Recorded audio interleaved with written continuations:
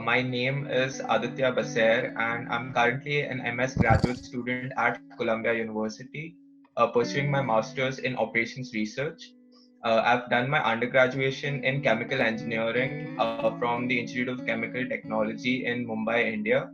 And that is where I first got introduced to the concepts of operations research and concepts of data analysis, deriving data-driven insights, and that prompted me to change my streams from, say, core chemical engineering to a field of data analytics. Over here at Columbia, we also have a lot of freedom to take electives. So apart from operations research, I've also taken a concentration in data analytics. There's a freedom of you to take either the concentration, say, in finance, data science, or consulting. So, depending on whichever stream that you want to go into, apart from your major degree, you can choose those electives and then go ahead with all the courses.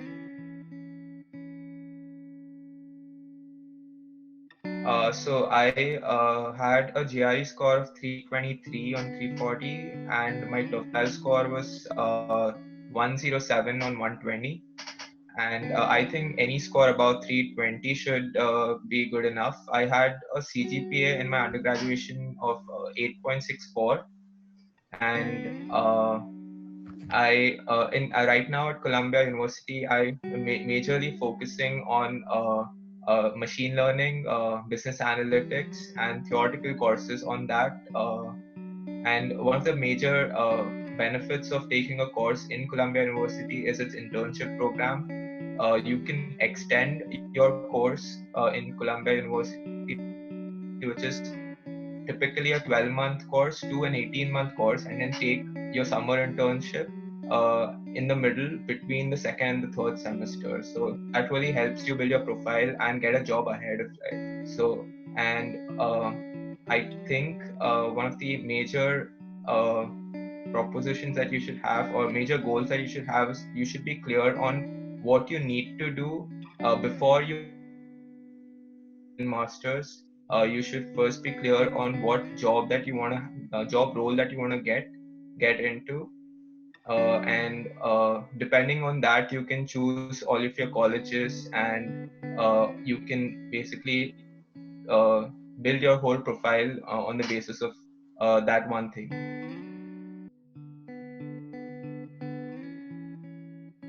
Right. So it is tough if you're not very planned, if you're not planned it properly.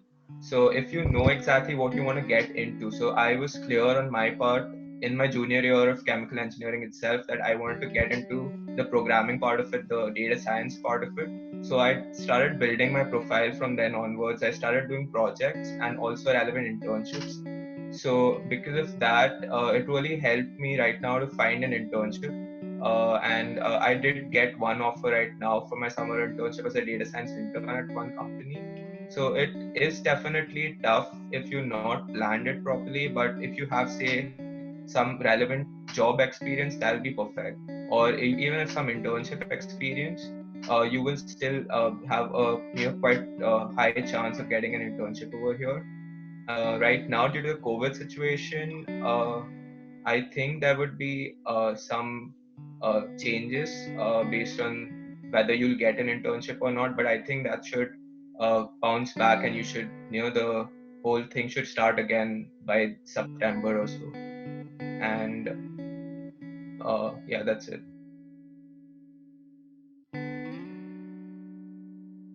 So the work visa situation over here is, I don't think you don't particularly, I don't think you can call it tough as such, but it's definitely so. It's you have a 3-year work permit over here, and then after that, definitely there's a lottery system. So one of the major advantages of coming to Columbia University or to New York is that you have like a lot of job opportunities over here, even say in finance, data science, anywhere. So the number of companies that you can apply to over here increases. So the probability of you getting into a company that will sponsor your visa afterwards also increases. So it's definitely not sure that you will get a work permit afterwards, but I, we can, I can vouch for it that, you will pay your whatever that you've invested over here in the 3-year time, and then afterwards, you definitely have a degree with you, and then you can go ahead with your career however it is, based on the lottery system. Yeah.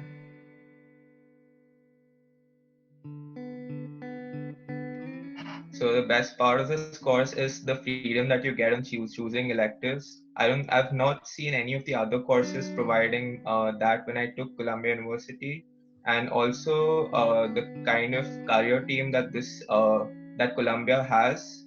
So there are a lot of companies that come to hire you, and they have very strong relations with a lot of companies that offer internships and also job opportunities afterwards. So it's very strongly connected. It being in the middle of the city, there are a lot of companies that don't have to take a lot of effort to come and come and like do an employer session at Columbia per se.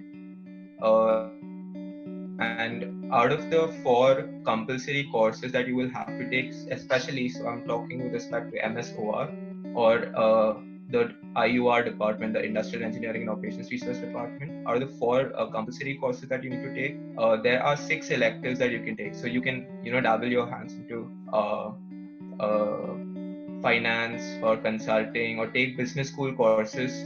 The Columbia Business School is very reputed. So I've taken one business school course, and I'm getting to learn a lot about the business aspects of it as well. So the kind of freedom that you get over here is something that's has been the best part of the whole experience.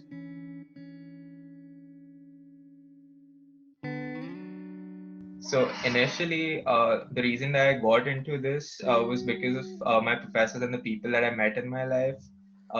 They motivated me to take this stream as such. And then later on in life, like while choosing universities, it was New York that motivated me to come over here, because I don't think there's in any other city that you'll get so many opportunities. And also, being an Ivy League college, you have that kind of look, so you get to go into a lot of Ivy League, say, career fairs that are strictly for Ivy League students.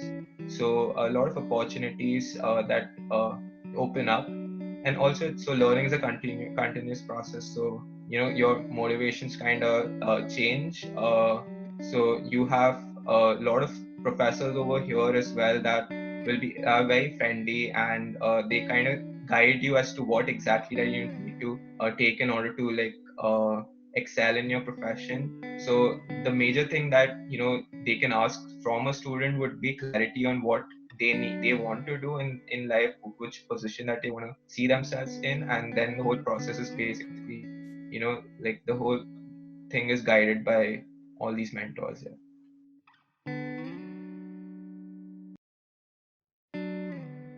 So my application period was from around May to January, where I started preparing for my GRE in May, and then I gave it in August, and consequently I gave my TOEFL in September itself. One of the major difficulties that I faced was while preparing my SOP, I didn't really know whether it was up to the mark or not. So one of the major things that helped me in like finalizing my SOP was reiterating it over and over again. So I initially sat down and I wrote the whole SOP in one go, and that was definitely not one of the best written pieces. Then gradually I read more on the subjects that wanted to take, and the kind of like the kind of story that I wanted to tell through. The other difficulty that I faced was in finalizing, say 10 or 12 colleges, because there's so many colleges you can choose from. So I had do a very deep down like analysis through their website, like the best kind of return. And also location, plays a very important role when you apply for all these colleges. So if you go to say a college that is very isolated, I think after some time you will feel that not a lot of companies are coming over there for employer sessions. You will have to kind of apply online, apply through portals, and connect through LinkedIn through or do like online interviews with them. So all of those factors, really that time chose were not really necessary. So better guidance on that probably would be, one of the challenges would have like been easier for me to choose. Yeah. Yeah, so I want to work over here for at least the 3 years that I have as a data scientist or a data analyst. So the work is definitely important, and I don't particularly would say that the company is zeroed down. And after that, I definitely apply for an H1B. But uh, uh, eventually, I want to come back to India and start my whole own data consultancy, data science consultancy over here. And because the market in India right now is really booming with respect to data science, I think it'll be great if I get some experience over here. Get some ROI on whatever that I've invested in this MS, and then afterwards, settle down back in India and do my own business over there.